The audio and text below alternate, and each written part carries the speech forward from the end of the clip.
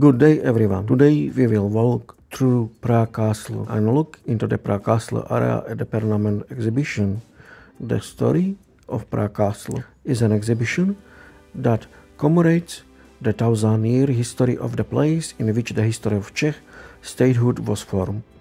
Through original objects from the collections of Prague Castle, the exhibition was opened in 2004 in the premises of the Gothic floor, a large basement of the Royal Palace. The exhibition is next to the Royal Palace, but it is not a tour marked under the number 3, but under the number 2, so that you do not confuse it with the tour of the Royal Palace, which in my opinion does not offer you as much as this exhibition, which is less well known, because everyone buys a ticket to the Royal Palace. A ticket that includes entry to the Royal Palace and Cathedral, but this is a permanent exhibition where you have to ask for a tour number 2, and the entrance to this exhibition is from the courtyard of the Royal Palace, and there are far more exhibits and interesting things here, and I personally recommend going on this tour, which you are going to take with me now, and we will spend quite a long time in the Gothic Underground of the Royal Palace. I also want to point out that this is a fairly extensive tour, and I have been here a few times, and so I know it quite a bit, and that is why we will go through the exhibition faster and take the tour only as a demonstration of what is actually about this exhibition, and I believe that everyone can do it on their own when they get here. Then we will take a 2-minute walk at the Roseberg Palace, which is behind the Golden Alley on the right. So I believe that you will enjoy this walk through the Gothic Underground of the Royal Palace and the culture. According to the early history to archaeological research and the oldest written sources, it is believed Prague Castle was founded around 880 by Prince Božiboj of the Přemysl dynasty. The early medieval hill fort was fortified with a moat and rampart made of clay and stone. The first brick building was the Church of the Virgin Mary. Other churches, dedicated to Saint George and Saint Vitus, were founded in the first half of the 10th century. From the 10th century, Prague Castle was not only the seat of the head of the state, the prince and later the king, but also of the highest representative of the church, the Bishop of Prague. The first monastery in Bohemia was also founded at Prague Castle at the Church of St. George for the Benedictine order. We are now in the second courtyard of the Prague Castle, one of the 4 courtyards of Prague Castle.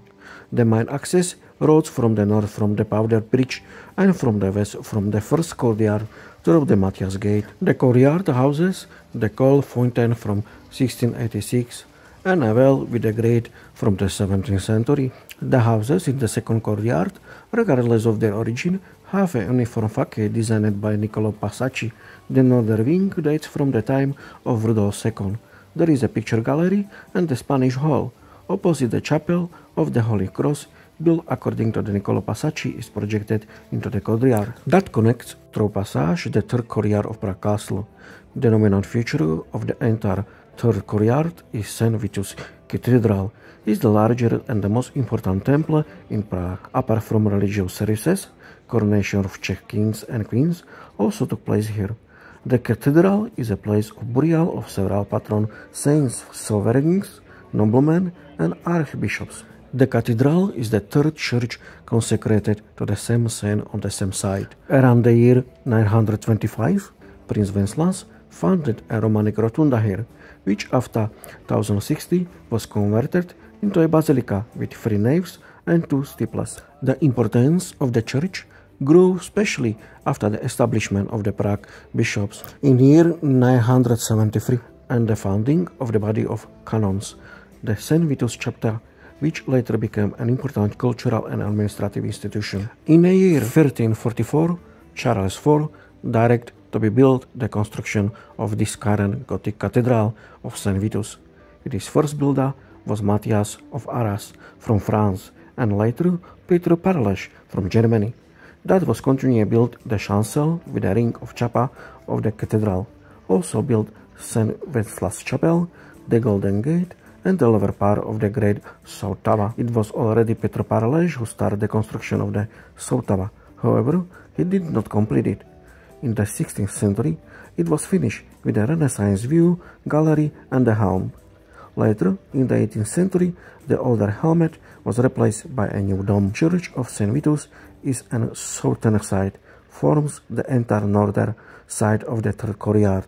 The church tower reached a height of 99.6 meters, offering visitors a beautiful view of the entire city. On the third courtyard is a granite monolith. It is erected in the third courtyard of Prague Castle, rising to a height of 16 meters. And where did it actually come from? It was brought all the way from Mrakotin. It was originally supposed to be higher, but the stone broke during transport. The transport was financed by Tomáš Garrigue Masaryk from his private resources. It was built on the occasion of the 10th anniversary of the Masaryk Republic, which took place in 1928. It served as a memorial to the victims of the First World War. The obelisk was designed by Mr. Plečnik. This entire colossus of polished marble granite, weighing 110 tons, was supplemented in 1996 with a 2-meter pyramid at the top. Next, we can see the statue of George. This is one of the most important Czech Gothic statues made from bronze. The statue depicts St. George fighting a dragon. However, because it was damaged several times, you can only see a copy in the courtyard.